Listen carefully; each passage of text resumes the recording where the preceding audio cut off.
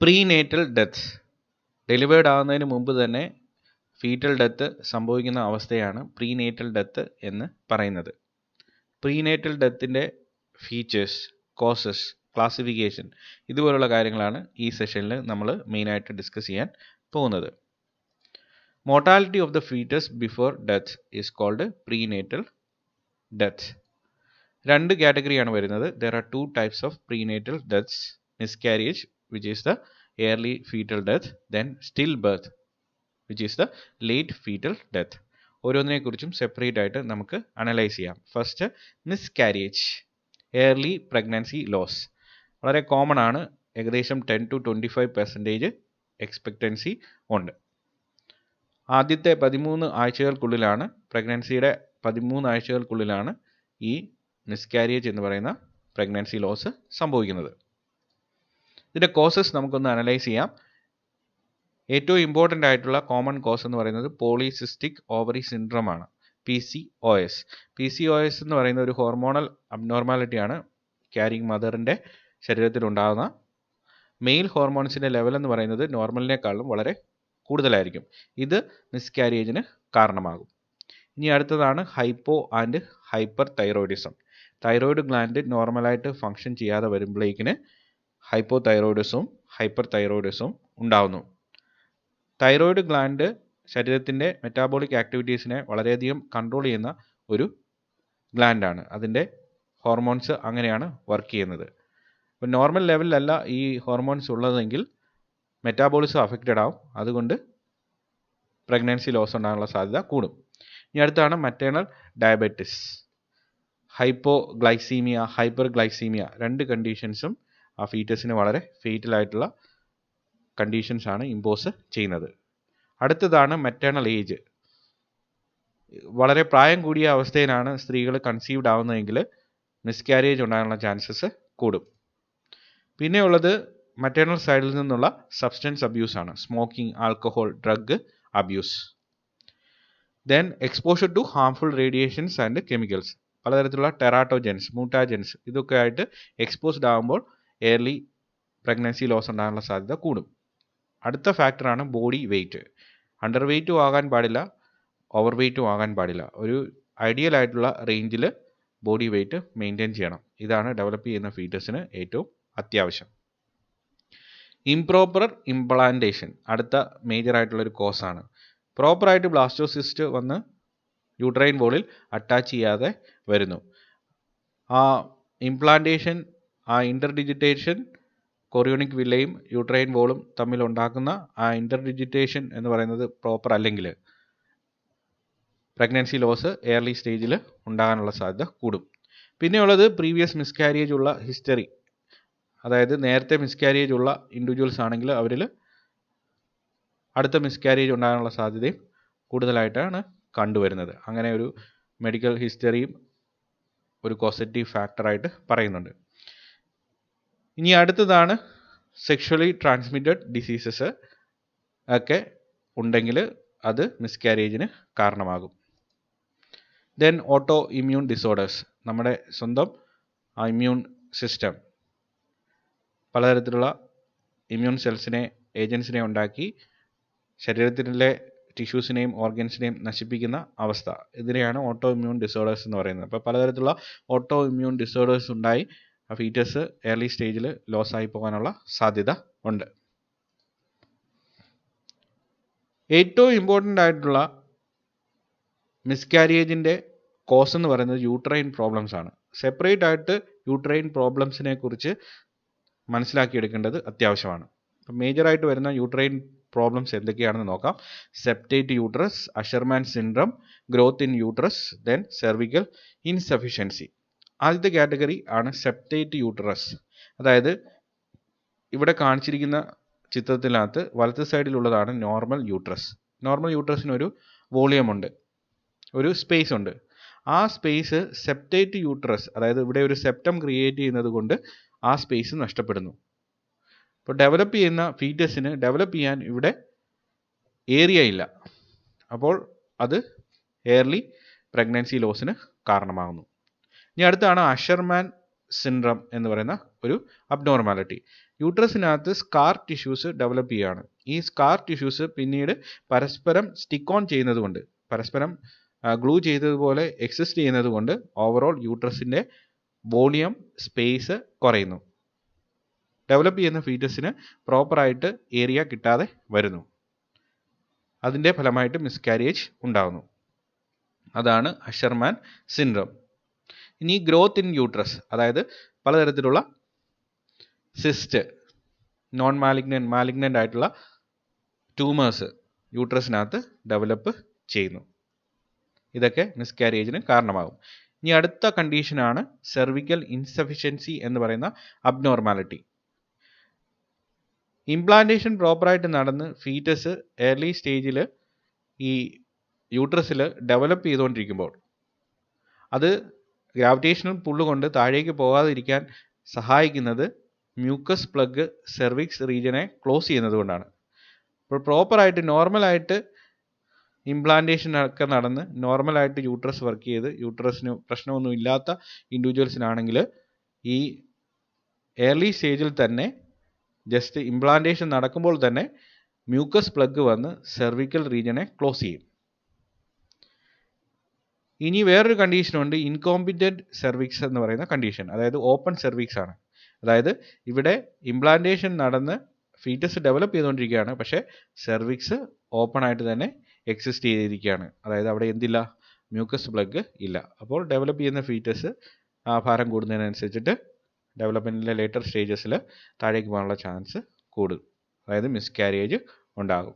ഇത് താഴേക്ക് പോവുക എന്നുള്ളത് മാത്രമല്ല, പലതരത്തിലുള്ള ഇൻഫെക്ഷൻസും ഒക്കെ പ്രിവെൻറ്റ് ചെയ്യുന്നത് ഈ മ്യൂക്കസ് പ്ലഗ് ആണ്. അകത്തേക്ക് വേറെ ഒരു മെറ്റീരിയൽസിനെയും കടത്തിവിടാതെ ഒരു സ്റ്റെറൈലായിട്ടുള്ള എൻവയോൺമെൻറ്റ് ക്രിയേറ്റ് ചെയ്യുന്നത് ഈ മ്യൂക്കസ് പ്ലഗ് ആണ്. അപ്പോൾ ആ മ്യൂക്കസ് പ്ലഗ് ഇല്ലാത്ത അവസ്ഥയിൽ മിസ്കാരേജ് ഉണ്ടാകാനുള്ള ചാൻസസ് കൂടും. Then types of miscarriages.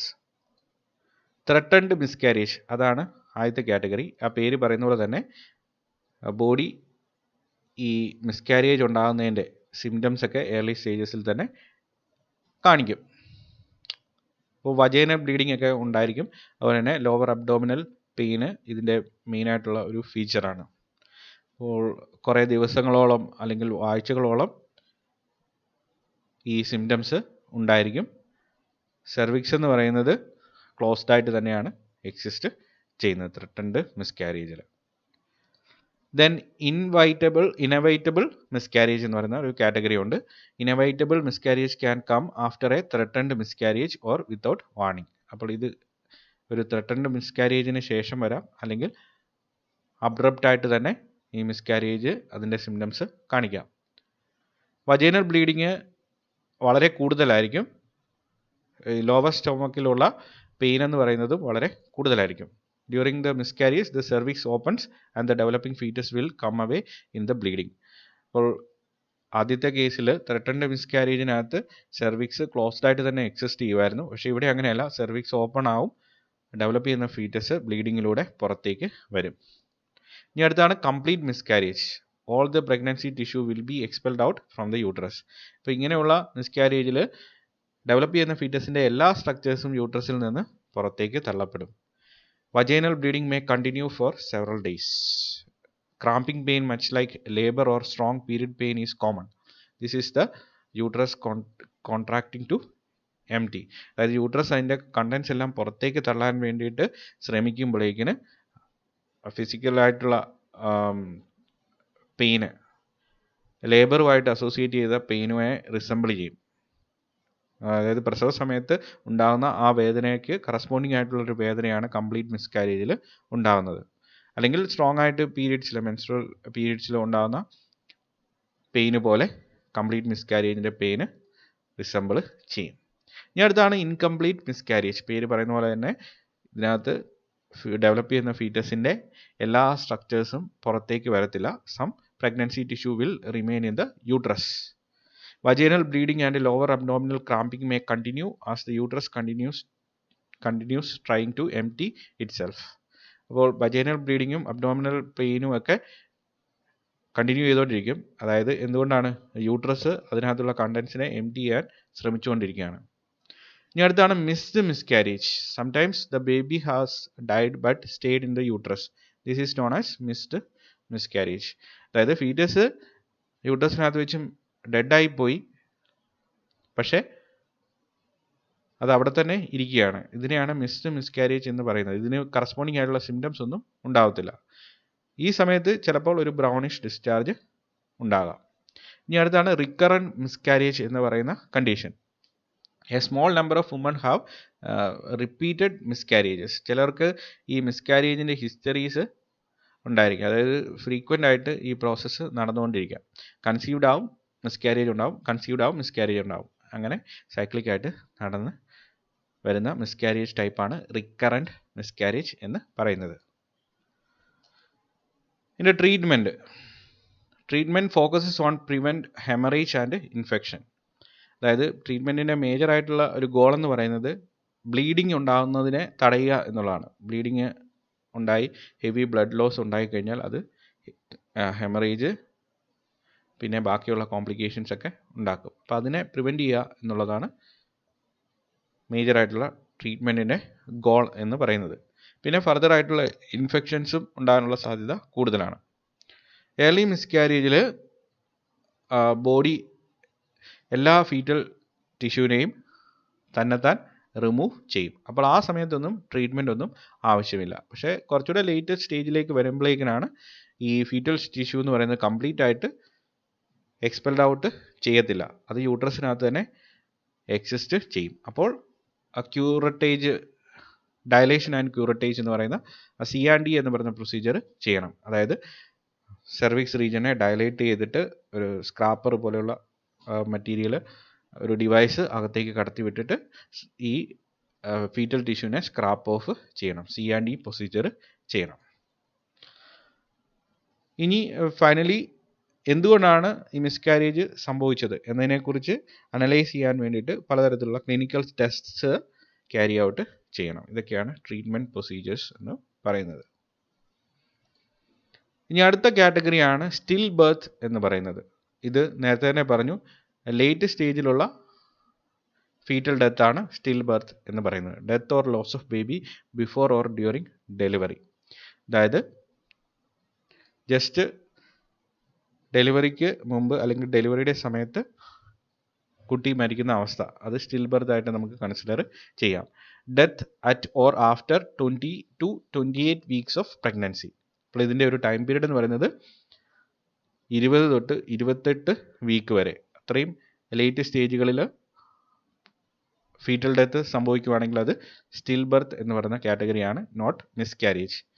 Types: early എന്ന് പറയുന്നൊരു കാറ്റഗറി ഉണ്ട്. 20 to 27 completed weeks of pregnancy, അവിടെ വെച്ചിട്ടാണ് ഫീറ്റൽ ഡെത്ത് സംഭവിക്കുന്നതെങ്കിൽ അത് എയർലി സ്റ്റിൽ ബർത്ത് ആണ്. ഇനി അടുത്തത് ലേറ്റ് എന്ന് പറയുന്നത് 28 to 36 വീക്സിൽ ഫീറ്റൽ ലോസ് ഉണ്ടാവുകയാണെങ്കിൽ അത് ലേറ്റ് സ്റ്റിൽ ബർത്ത് ആണ്.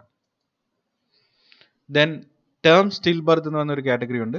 അത് ഏറ്റവും ഫൈനലായിട്ടുള്ള ടെർമിനേറ്റിംഗ് പോയിന്റിൽ 37 ഓർ മോർ വീക്സിൽ പ്രഗ്നൻസി പീരീഡിൽ